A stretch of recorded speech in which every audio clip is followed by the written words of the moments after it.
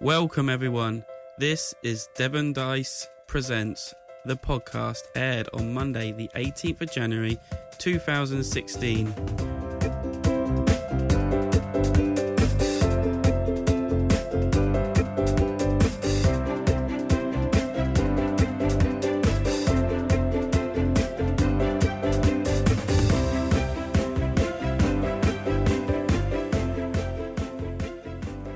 Hello, my name is Joel Wright, better known as Depressed Monkey. And I'm Tom Westrope, also known as Stropey Man. And we're going to be your hosts of this excellent show. This podcast is a lively discussion all about our board gaming. We like to talk about board games that we have played, news and topics. And if you'd like to join in with the discussions, you can go to our Facebook page or on the BGG Guild of the same name or our Twitter. You can find all these in the show notes. Hello, Tom. How you doing? I'm very well, Joel. How's things? All right. That was just a very unnatural joining in, and I have to work on the intro. But yes. The whole intro, or just that last little hi, Joel? It's a work in progress. It's reading stuff out. Can't read. I feel better if it's read out, then we know we've got everything in. It doesn't help that you put my name as Tim Westrope in the notes. Oh, I did, didn't I? Thanks. Sorry. It's edited. So yes, this is our first show. Beginning of the year, new show and new website. It's all there ready for you to see. Go to devondice&rdquo and hopefully there'll be a nice little blog from our other host Tom on there soon. Well, it's me. Yeah. Oh, yeah, not you. Our other host. No, not your me. other host. See? I'll be doing a blog. Some blogging. I don't know what that means, really. Just as far as I can tell, it's just writing words on the internet. Yeah, it's internet slang for writing stuff on there. So I'm down with the lingo. We'll get you there soon. Yeah. So I'm writing words on the internet. So go and have a read. And then you write some other words on the internet. And then I'll let you know whether I agree with your words. We'll all enjoy that together. Cool. So, you've been playing anything exciting lately, Tom? Is this the bit where we talk about something we've played? Yeah, I was segueing on. We played Istanbul the other night, didn't we, Joel? We did. We played it at our Thursday club in Ivybridge. Enjoyed that. Istanbul, good little game. Yes, so Istanbul it won the Kenneth Spieldesaurus, which is the Gamer's Game for 2013 or 14. I think it was 14. And it's basically a nice little racing game where you're a merchant with your 4 assistants running around Istanbul town square, trying to get 5 gems in your possession as quickly as possible. And there's several different ways to do it, and it's a 4x4 grid of this town, which each square is a nice little kind of venue you can visit and try and gain resources or actual gain rubies. And because it's tiles, it can be modular, so you can change it around. There's different setups you can have. There's easy setup, there's hard setup, there's all different setups, and it's quite nice like that. So you can always have a different game. And we played, what was it, the In Order setup last night, didn't we? Yeah, it was In Order. So there's kind of one main intro one, which is a short game where everything's specifically set up in a way where tiles that work together are near each other. And then there's a long game. Well, and then everything else is pretty much a long game. And the one we did was just all the tiles in number order, which means you have all the scoring kinds of tiles along the bottom and all the other tiles up the top and in the middle. It was the first time I've played that arrangement. I've only played the game a few times. Nice to play something other than the short arrangements, try something new, and that actually was interesting to see how other types of arrangement would start to change the gameplay. Yeah. Yeah, I mean, I've up until last night, I only played the short routes, and it kind of felt like, well, I kind of know the loop here, so it was quite interesting. And when we played 4-player with old Lewis and Mike, and you three were off down the east end of town, where I was down the west end of town, kind of doing a little loop-de-loop every time, gathering resources, selling them, and then going to the gem collector, is it? One of the... he's got several gems that you can just buy for money. And I was just doing that while you were up there, going to the post office, going to... I was going to the tea house. I was gambling at the tea house.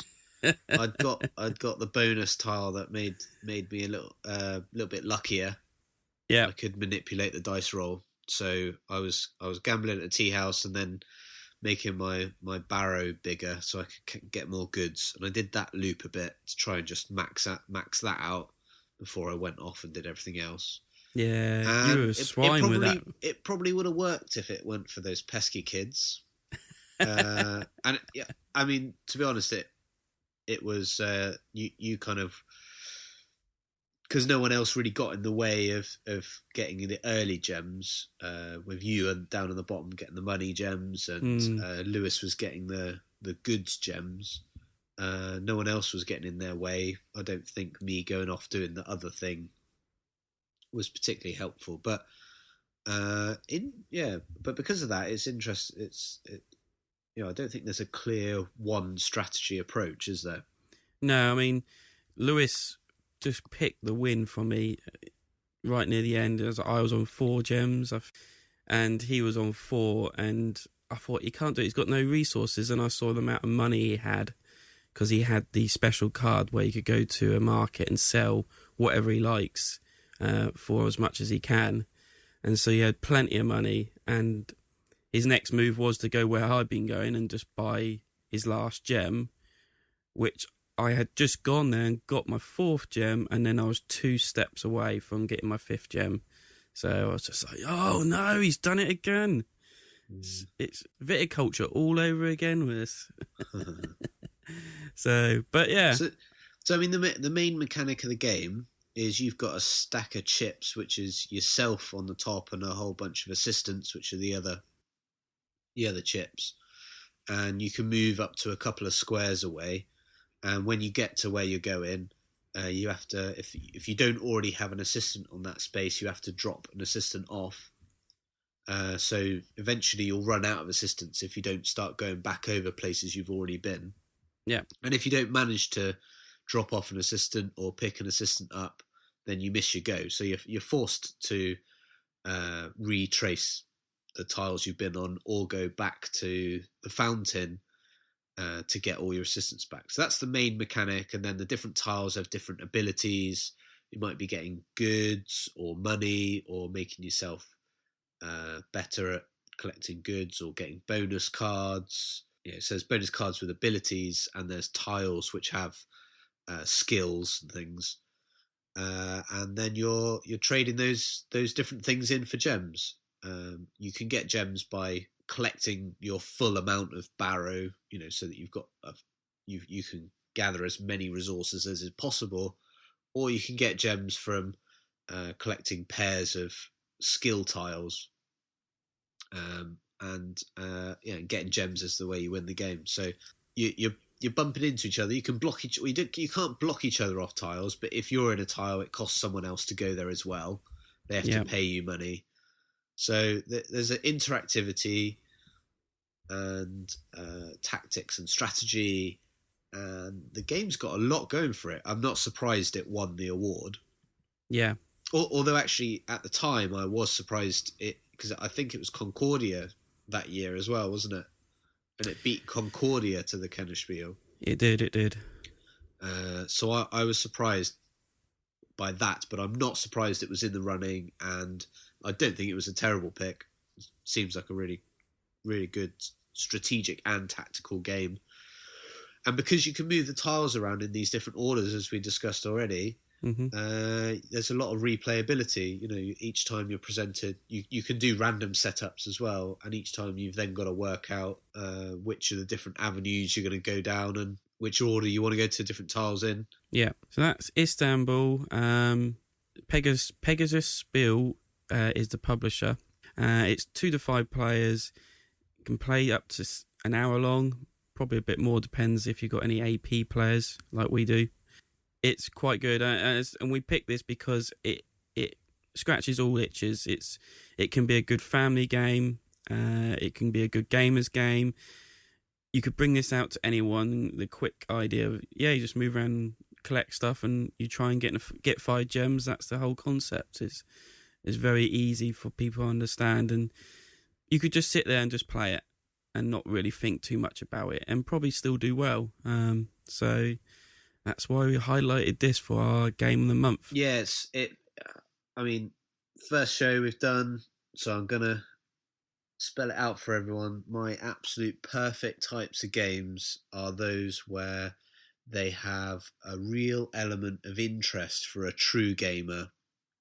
And when I say true, I don't mean get on my high horse as a true gamer. I just mean somebody who wants a meaty game and wants a good, interactive and fulfilling game time. But also it's simple enough that you can get the family around it. They'll get their heads around the rules, and you'll be able to have fun together in those 2 different types of gamer groups. So, yeah, pick of the month. Yeah, let's move on. As we said, we're going to keep this nice and tight, so I can get this edited and not have to worry about it. Tight. So we're going to move on to the news of the month. So first up, the big thing that happened was Catan was brought by Asmodee from Mayfair Games. Now, this was kind of a probably big shock to a lot of people. Catan, or better known as Settlers Catan, was owned by Mayday Games ever since probably the beginning, and suddenly Asmodee say, no, we own the rights to the English language of Catan. So there goes Mayday Games' biggest nest of money. So I don't know what happens with that company now. Hopefully they can bring out some new, better games, but Asmodee's sucking up all these big games now. No, I suppose I just don't really understand the industry enough to know whether this is this scary news, or is it just interesting and big news? I don't know the mechanics of all the different companies together, really, to... I don't think it's scary news. Probably for Mayday Games, it might be a bit scary because that was their biggest money bringer. But for Asmodee, possibly could be only better because they're going to look after it. They might upgrade it. They might make it more appealing to the public. And it's not the first game that they brought off of another company that's been selling well. Just last month, I think it was, they brought Dobble, which is a small family card game. And in America, I think it's called Spot It. But they brought that, and they now own the rights. And I think they're buying up certain games, and they're looking to push them into the big commercial properties. I've seen Dobble now appearing in Tesco's and other supermarkets. So maybe we'll start seeing Catan in a nice new box, maybe. Yeah. More appealing. If it's something that increases the gaming industry, the presence of gaming to the public, then I'm all for that. Yeah, definitely. Next. As well as Pandemic Legacy getting to number 1 in the BGG charts, Codenames has now reached 20 of the BGG. And I say this, well deserved. I say this because Codenames is technically a party game. I say I might be drawn up by someone that's behind it, but it's very unusual for a game like this. Very small game, does a lot of things, and it's now getting into top 20. And both me and Tom have predicted it might reach the top 10 in a year, within a year. I don't know. Did we discuss that, or am I making it up? No, we have in the past discussed that. I think I would I would certainly be making that prediction about it being top 10 before the end of the year. Mm-hmm. I think it's got that huge appeal. You can get it out in lots of different gamer groups. Yep. It can be short playtime if you need it to be, and it's got a lot of thinking and a lot of fun, a lot of laughter. Yeah. I mean, it's got good elements. I mean, it can do 2 players, 3 players, 4 players. 4 players is when it starts getting into teams, and then it can go right up to practically as many as you want, really, to accommodate the situation going. And it's just a great game. There's a lot of thinking going on. There's a lot of banter going on. People can drop in and drop out when they need to.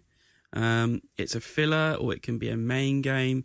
Does a lot of things, scratches a lots of stuff, and it's well deserved to get up there, as we applauded earlier. So, yes, let's see by the end of the year where it is. Yeah, well done, Codenames. Next. Days of Wonder announced their new game for the year. If I can say this, Quadropolis. Yeah, nice. Bang on. Basically, Days of Wonder just release one game a year normally, and this is their game. It looks very interesting. I know it's got Tom's eye a bit, and you're basically kind of city building. It has been deemed the same as Between Two Cities, but I don't think so, really, possibly scoring wise. But there's a unique elements of how you collect tiles of different buildings. You basically kind of work a place, but it's not exactly hitting the spot of where you want to collect. And then you're building your city on another grid to score points mid-game and end-game. Looks like it's got lovely components as normal, and it looks like a very interesting game. Expect the components out of Days of Wonder now, don't you? It's really their trademark.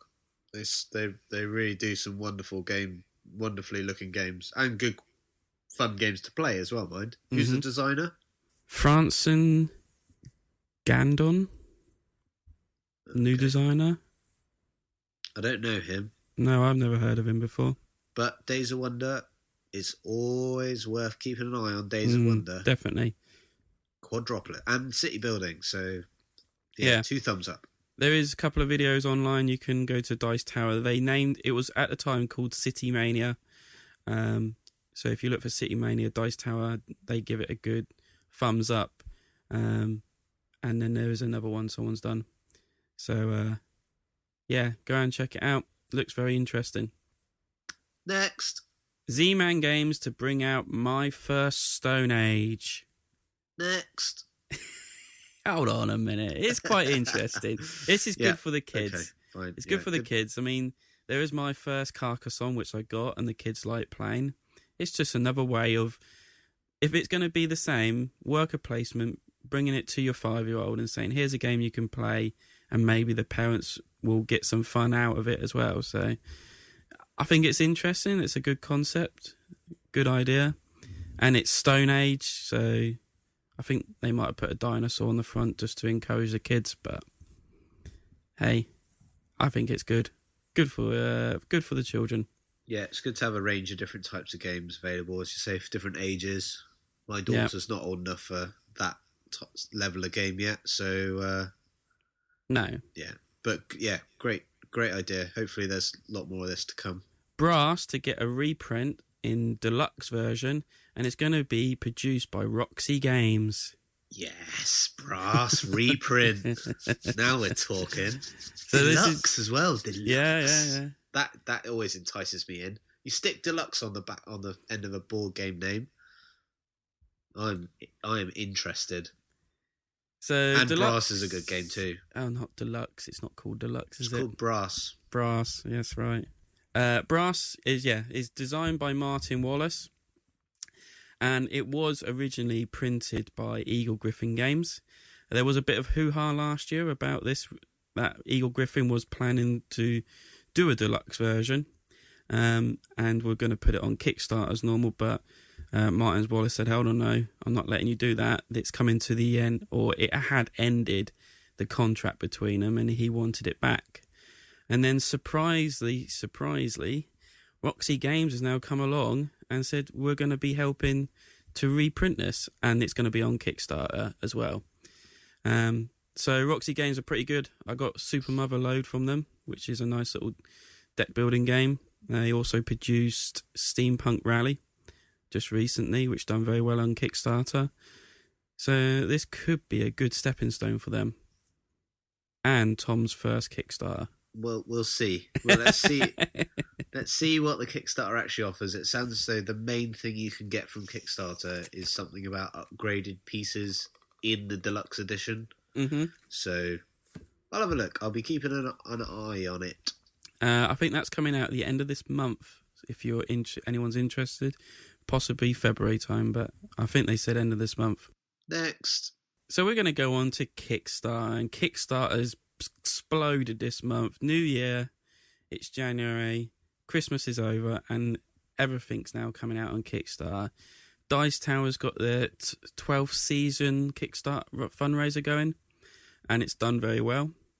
Dice Encounters is Bristol's first board game cafe. They're popping up everywhere over the UK now. This is getting quite something, and we're still waiting for our Extra one open. I don't know what's happened with that. I heard there was one in Plymouth opened. Oh, possibly, yeah. Carpe Diem. Although I don't know if that's just mixed communication. Possibly. We're not sure on that. More on that to come. But they are popping up everywhere. They are, well. That's a sign of the industry doing well. Yep. Pursuit of Happiness. I've backed this. I'm off the wagon again. Already? Already. 1 month, I'm off the wagon.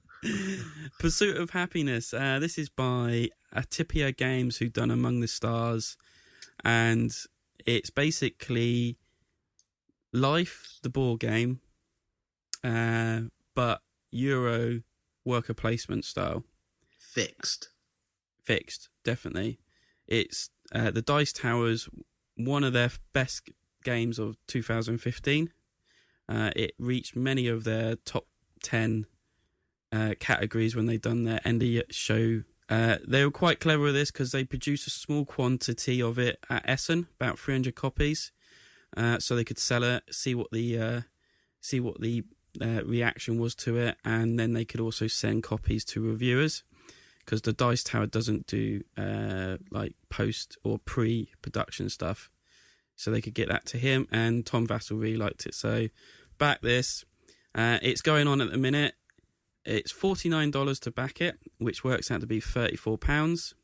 It's due to come to us at April time.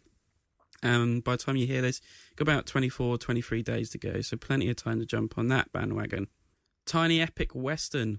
This is a game from Scott Ames and Gameling Games. It's in their line of Tiny Epic Everything. And this is another worker placement with kind of poker hand element. It looks very good, looks very cool. I'm not backing it because I'm just going to wait for retail possibly to come out. There's not much difference in it. It's $36 to back for the deluxe version, and you get a couple extra things with the deluxe. So it's about £25 to get it shipped to the UK. It's due out in September, and that's got about 19 days to go. Yeah, some of those Tiny Epics are better than others. So it'd be interesting to see how this one is. This one does look very good, and I've seen a few videos on it. And the element of it is you're moving around the board trying to go to different huts or buildings to earn resources. And then you got there's a couple of cards, like poker card, like decks. It's not a full deck, but there's cards on the table, and then you've got cards in hand, and you're trying to form poker hands on between the tables to win duels and do better in it. Very good concept. I do like it. It's just I'm not going to back it at that price. I'll just wait for the retail version to come out. Cool. And then a couple of epic Kickstarter fails. Ooh. Now these caught my eye because one, maybe the name, and two, I was like, what the is that? And one of them's called, I've lost my page. Great Boy the Game. Now you need to check this out, Tom, because I want your reaction as you look at it. Oh, you want me to actually find it, do you? Yeah. Shall I send you a link? Bible Study Interactive. No, I'm not doing it because it's the Bible. Great Boy the game, Dexploration puzzle based on mysterious Bible stories. What's that got to do with Great Boy puzzle? But if you watch the video, you'll probably see some... Oh, it's time stories. Yeah. They basically ripped off time stories and put Bible stories all over it. What? What? So they're not recognizing time stories at all. No. They're just using. They've used all the same tools. mechanics. Yeah, they use all the tools because you can get the tools online. So they're using all the token symbols. Let's pause that. Yeah, they're using all the token symbols, the layouts, the mechanics, and everything like that, and not recognise time stories or Space Cowboys anywhere in it. Wow. And I'm just reading through about things, and there's nothing that honours them, and it's literally time stories without the board or the great concept of it. I think you're following this boy through his ventures of discovering the Bible. Yeah, I mean, I'm not laughing at if it's... No. I quite like that. I mean, look, some of the stories in the Bible, regardless of whether you're into them religiously, they're quite cool stories. There's violence, there's intrigue, there's all sorts going on. I can believe those stories being translated into an interesting game. And people, regardless of their faith, if they're learning about stories in someone else's faith, I think that's a positive thing. Regardless, I'd be happy to do that on any stories of any other person's faith I would find interesting. Mm-hmm. Brilliant. But it's just shameless ripping off of... Am I allowed to say that? That it's a shameless ripping off of time stories? That's what I thought. As soon as I watched it, I was like, I can't believe this. Well, the second image clearly uses exactly the same tokens for that Time Stories uses. No spoilers here, don't worry, guys. As you saw in our spoiler episode, we plaster it with saying it's spoilers, and it is. Yeah. But there's tiles that kind of show you when you've been somewhere or you've got an item or something, and it's exactly the same tile. There's not even an attempt to make it anything other than that. Nope. And as I said, nowhere in the description have they said this is influenced from Time Stories and we've used this and blah, blah, blah. I don't know what the legal requirements is for what the Time Stories kind of function or its box and everything it contains, but I'm sure they probably got copyright issues on this. I wouldn't care to comment on that because I'm pretty sure copyright, but yeah, all right. I can see why it's under Kickstarter fail, but it might do really well. It might be really good. Whether it's legal or not, we'll let the lawyers decide. And then there's the questions about how many times can you play it? Is there replayability? All the same questions about Time Stories, which I imagine there is not replayability. Although, I'd wonder whether you can even play it the first time through if you know the Bible stories that they're portraying. But anyway, okay, enough of this. Yeah. Next. I put it in the link. This is another Kickstarter fail. Yeah, Retail Rampage. Right. Now, there's two things that this brings to mind. Yep. Okay, before... I'm not looking at the image. Well, I am looking at the image, but I mean, this isn't coming from the image. Yep. It's either going to be Supermarket Suite...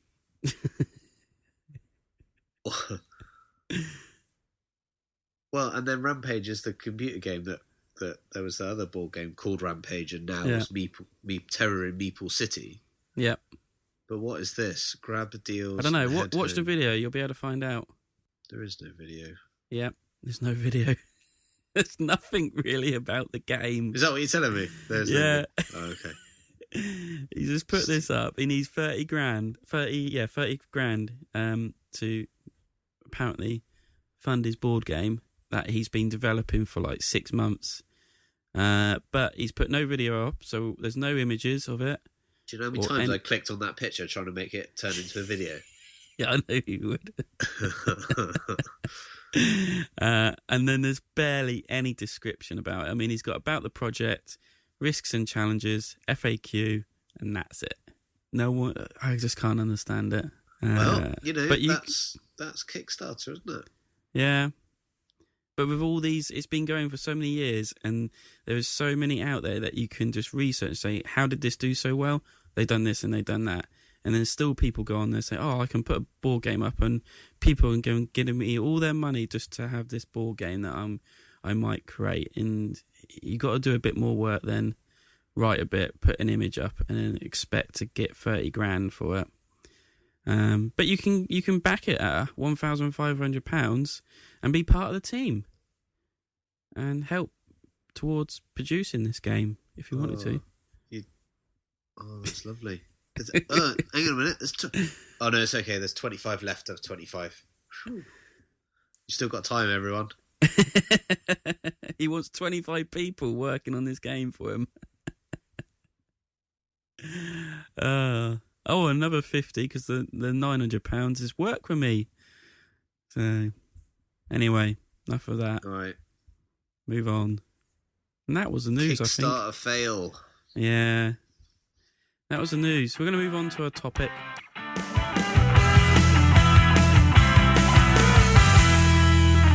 Maybe we'll do this each time and have a little topic discussion about something that's happened. But this topic discussion is going to be about us, Devon Dice, and what it's all about. So what is Devon Dice Presents all about? I don't know. What's Devon Dice Presents? Oh, it's this whole thing. Well, I don't know. We're kind of just talking about board games, aren't we? We play loads of board games. We like to talk about them. We like to talk about them. And there's stuff going on, and you want to hear about it. And we want to interact with everyone. Mm-hmm. And it's fun doing this kind of thing. Yeah, we're sharing our views. And more importantly, it means that if we share our views, then you might get to know what kinds of things we like, and then that makes our views helpful to you. Yeah. And if we find something really cool, you can go and check it out and have a play. And if we find something really terrible, then you can still check it out and have a play. But you can avoid it. It's up to you. So and have a laugh on the way. Oh no, but you don't say that, do you? You don't say you're having a laugh on the way. It's not funny. So at the minute we got this podcast going. This is the first one of many, hopefully. This will come out every third Monday of each month. There's general kind of chit-chat show. We got a second podcast, which will be on the same feed. It's all going to be on the same feed, so don't worry about trying to find two feeds. But that'll be on the first Monday of every month. It's kind of called Plan Overboard, and it's basically us reviewing a game. First off, we've taken the top 10 of Board Game Geek, and we're going to review those games each month, one by one, and play it properly. Play it as many times as you can to get a good idea of the game, and then review it and give our opinions, and hopefully some extra little bits to go in there. Yeah, and it was the top 10 as of back in December 2015. Yeah. And we might fill it out if something else slips into the top 10 in the meantime. We'll fill that in later on. Yeah. Also, we've got our website, which is devondice.co.uk, where you'll be able to find the podcast. You'll be able to find Tom's blogs. And when I get time, possibly I might do something. I also hope to do some videos. We also got our part-time co-host, kind of, Lewis Holt, when his missus lets him. But yeah, he's kind of last minute say, do you want to join in with this? You don't have to do much, just this is what's happening. And he said, yeah, all right. So he'll pop along maybe on podcasts, and me and him are testing something else out at the minute. We are playing Tabletopia, which is an online platform for playing board games, and we're video recording what we're doing, like teaching it and then playing through it, and then we're playing around with it at the minute. We've done one, we recorded the second one, and so we're seeing how they look and how they present. So they will pop up hopefully on our YouTube channel, which is Devon Dice, and you can go along there and hopefully there'll be stuff up there soon. And that's about it, I think. Is it? Creating lots of content. Hopefully. And yeah, and kind of try and do Twitter in. Yeah. Facebook in. And talking on chat rooms on Board Game Geek and things, having some discussions. We're quite easy. I'm quite open. I play anything. Tom practically plays everything. What do you mean practically? What don't I play? Very reluctant to play Coal Express last night. No. Do we have to explain the whole thing to everyone now? No, that's out of context now. No, but we both play anything, don't we? We'll try anything. Yeah, family, hardcore, quick fillers, long, possibly. I mean, I'm a bit reluctant on the long games, but there will be some I'll have to play for the top 10, and then I wouldn't mind trying Twilight Imperium 3 once or twice. So, yeah. We do anything. We're quite open. Talk to us about anything on it. It's fine. We won't shoot you down just because you like fun, exciting dice games. And that's it. Devon Dice. Bonus content. I thought I'd put this in. Maybe something to pop up through the month.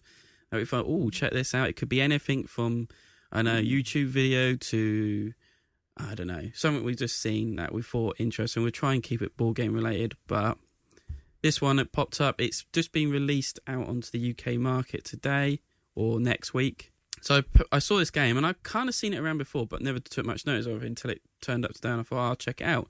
It's called Gum Gum Machine, and it's a really quirky little game. There's not many videos you can watch that are in English. Well, there's one that Board Game Geek done. I like the idea of what they're doing with it. It's basically Gum Gum is this new element, and you're trying to create it by, I don't know how to explain it. You pick something on a board, it will tell you where to start, you follow the pipe round, and you will start collecting coloured discs on the way through. You can't have the same coloured disc, and so what? Like if you get many of the same coloured disc, you have to kind of chuck them away, and then you're trying to cap it off with a black disc. And once you cap it off with a black disc, you measure how tall your stack of discs are, and you score points. And the first one to get to 30 points wins the game. But it's just like nice little concepts in it. And as I said, there's a part where it says, right, you've gone this far, now go to this bit where you kind of draw 2 discs from the bag and you slide it through this kind of chute where it will push 2 more discs out the other side of it. So they're your 2 discs you collect, if you know what I mean. Do you understand? Nope. So it's like a kind of conveyor belt, but the conveyor belt's covered up so you can't see what's inside there. Right. So you push 2 discs one side, and 2 discs will pop out the other side. Okay. All right. Yeah. So dispenser. It's a bit of a random element, but you don't know when you're going to come across that until you pick a disc up from the machine elsewhere, because the parts of it can move around. So, and I just thought it looked really different. It plays in 30 minutes, and I can see that happening because it wouldn't take too long to play. And it's for ages 8 and upwards. So I thought that'd be great for kids because the colours that are going on with it are brilliant. You looking at it?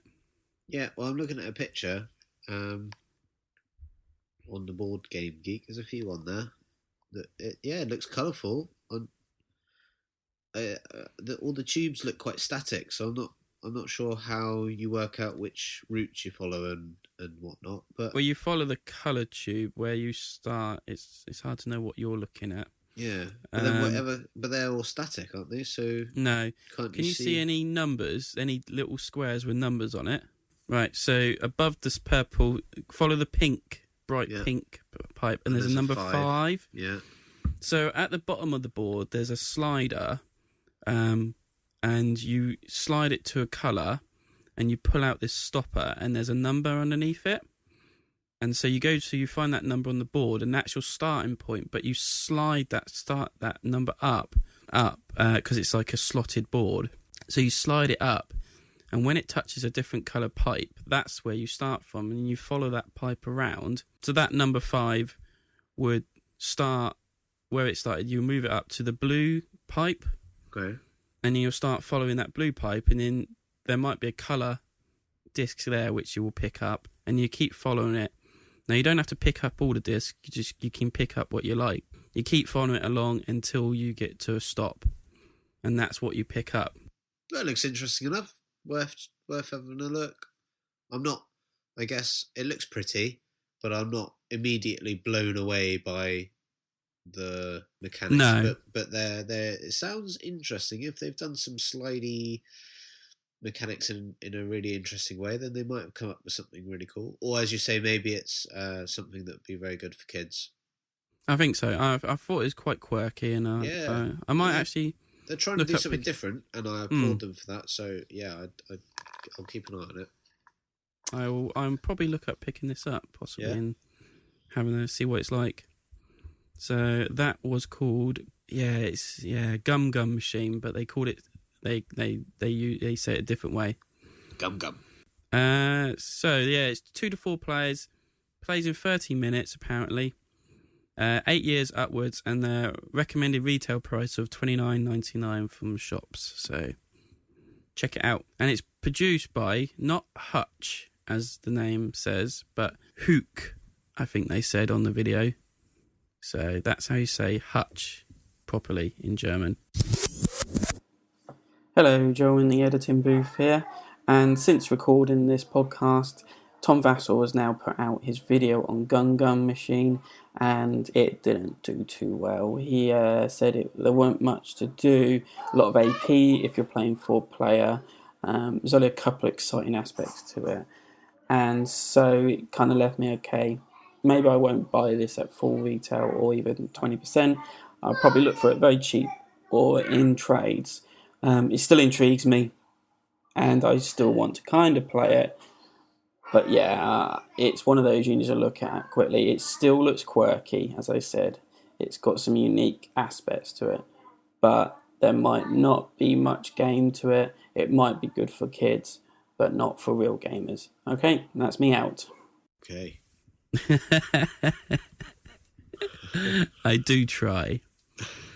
Is that it, Tom? Do you think we're done? I think, Joel, that is it for today. I think we just want to get a quick one out, don't we?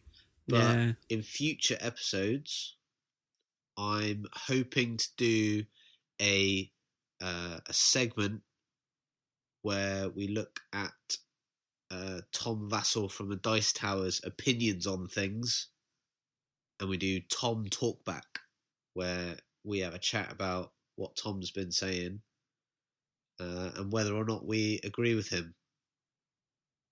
And what things he might have missed. So we're not going to do that today because that's probably a longer discussion.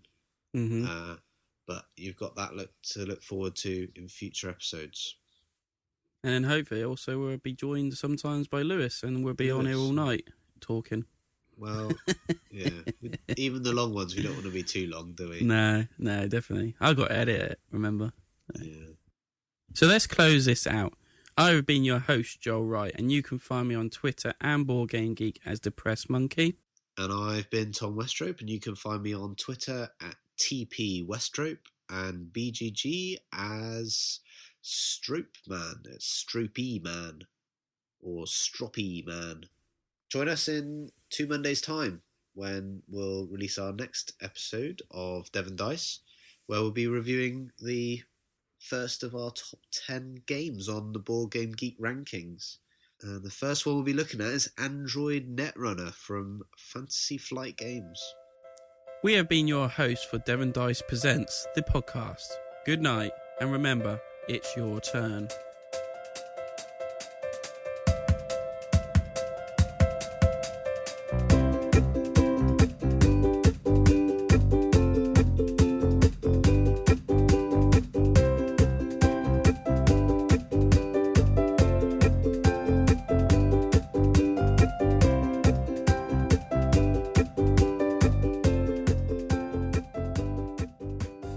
For this Devon Dice podcast, thanks goes out to our families for putting up with our habit.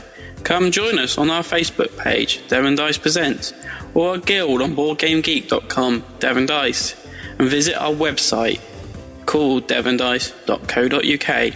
You can find most of the show's information talked about on this podcast in the show notes, and there might even be links as well.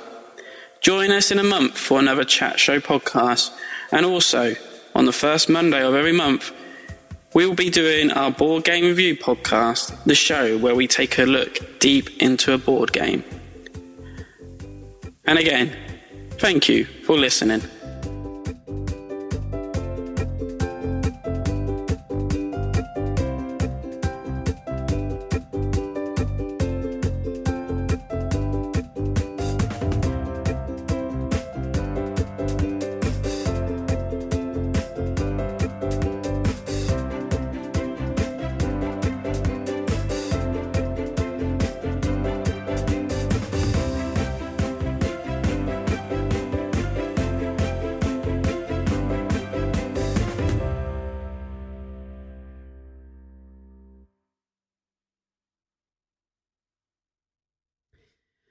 This little section on the end is basically me and Tom chatting about the ending of the podcast. You don't need to listen. There's some funny bits in it. It's mainly unedited as well, and it's just us waffling and chatting about it. So enjoy. We have been your hosts for Devon Dice Presents, a podcast, and good night, and keep the fun in gaming. Keep the fun in gaming. How do you think that? Is that good wind up? Yeah, good night. Bye-bye. Bye. No. How did that sound? I just wrote this afternoon. You put an extra and in. Did I? Yeah. Where there's no fun in gaming. Should we keep the Ming in gaming? We'll keep the am in gaming. Doesn't make any sense. What were you looking at? What do you mean what we're looking at? Looking at my bit. Yeah. Keep the fun in gaming. Yeah. Was the word fun doesn't appear in gaming? It's alright, Charles, don't worry. I was just trying to think of some different finishing up line. I thought your thing wasn't coming up properly then. That's what I was going to be. You're trying to do a Anchorman. Yeah, keep it classy. Was it San Diego? Keep it classy, San Diego. I'm not even sure if it's San Diego. Anyway. Try to do Anchorman and keep it classy, UK. Keep it classy. Keep it cardboard, UK. Keep it cardboard. Good night, and we'll see you at the table. We have been your hosts for Devon Dice Presents, a podcast. Good night, and we'll see you at the table. Yeah, I think someone already uses that. Okay. Most of them all gone. I used to say keep on gaming, but then I thought someone else uses that. And don't spill your drinks over the games. Good night, and don't spill your drinks over the games.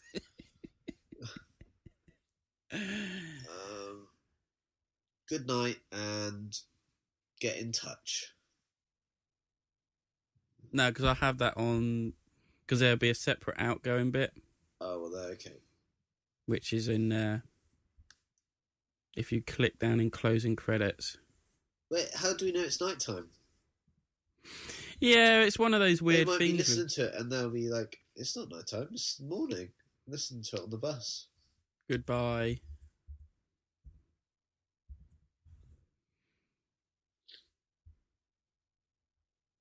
Goodbye, and remember to enjoy a good box fart.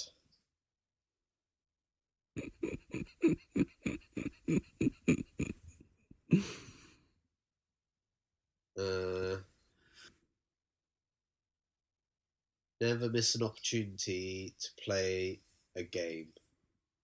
Never miss an opportunity to smack the person with AP in the face.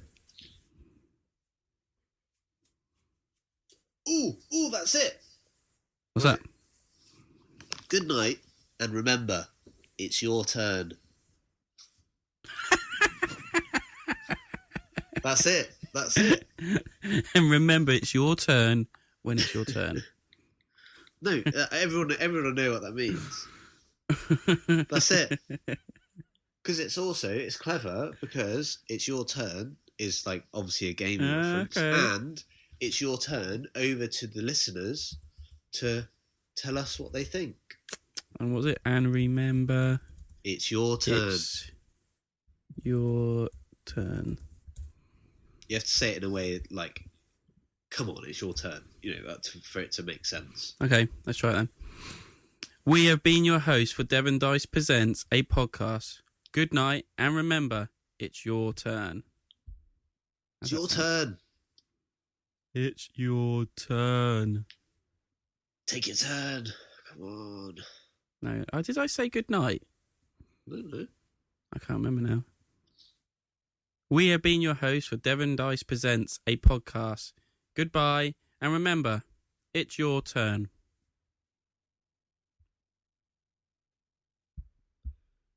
We've been your hosts for Devon Dice Presents, a podcast. A podcast? What? Well, there's no name for this one yet. Podcast Good Night. It's like this one is called The Podcast. Oh, I see. The Podcast. Devon Dice Presents The Podcast. Our podcast. Devon This Dice podcast. Presents Devon Dice. This podcast. Well, that's what it is, isn't it? We've been your hosts for Devon Dice Presents Devon Dice. Bye. Goodbye. And don't forget, it's your turn.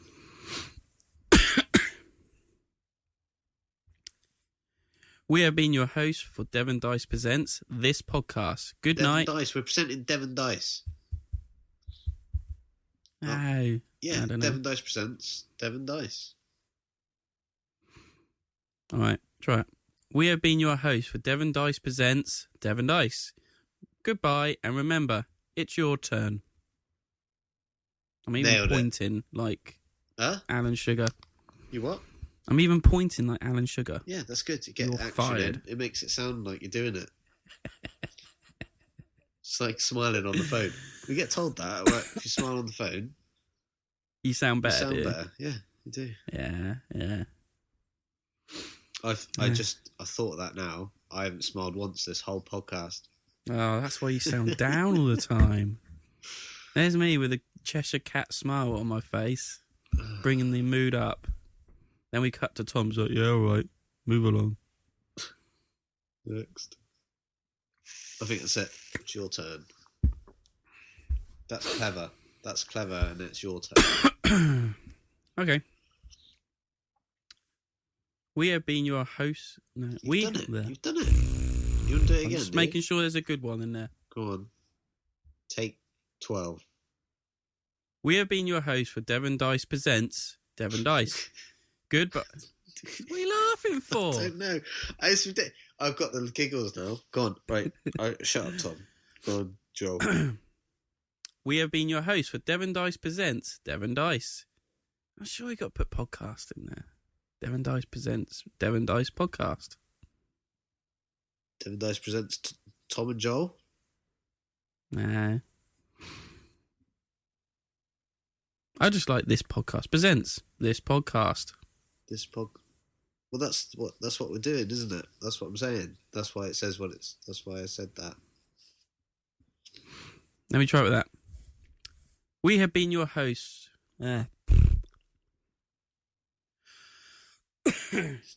We have been your hosts for Devon Dice Presents this podcast.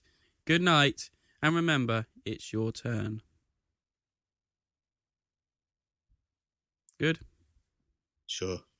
You like it? I do. Yeah, this podcast. I don't know. It doesn't make sense in my head. But yeah. All right. What's the idea? That it's Devon Dice Presents, and then each podcast will have the title.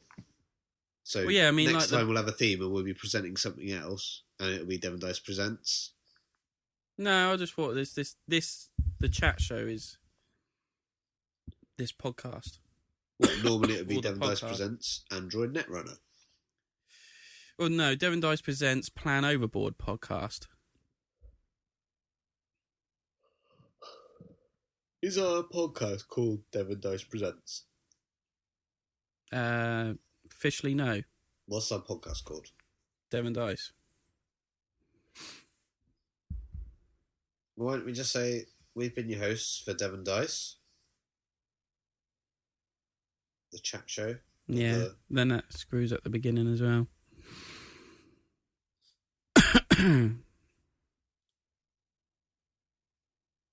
I'll just say whatever you said at the beginning. Well, welcome everyone. This is Devon Dice Presents. The podcast aired on Monday, 18th of January.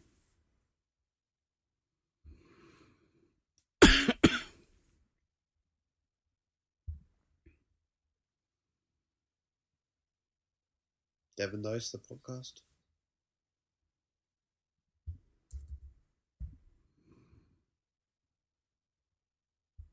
No, it's a working thing at the minute. It's a isn't working thing. It's fine. Yeah, it's fine. I think we've nailed the. It doesn't really matter for this one. Well, let me get the in, and then we're done. And then I've got a selection to go through. Okay.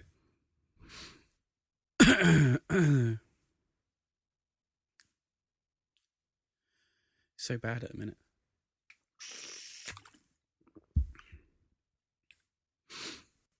We have been your hosts for Devon Dice Presents, the podcast. Good night, and remember, it's your turn. Yeah. Good. Done.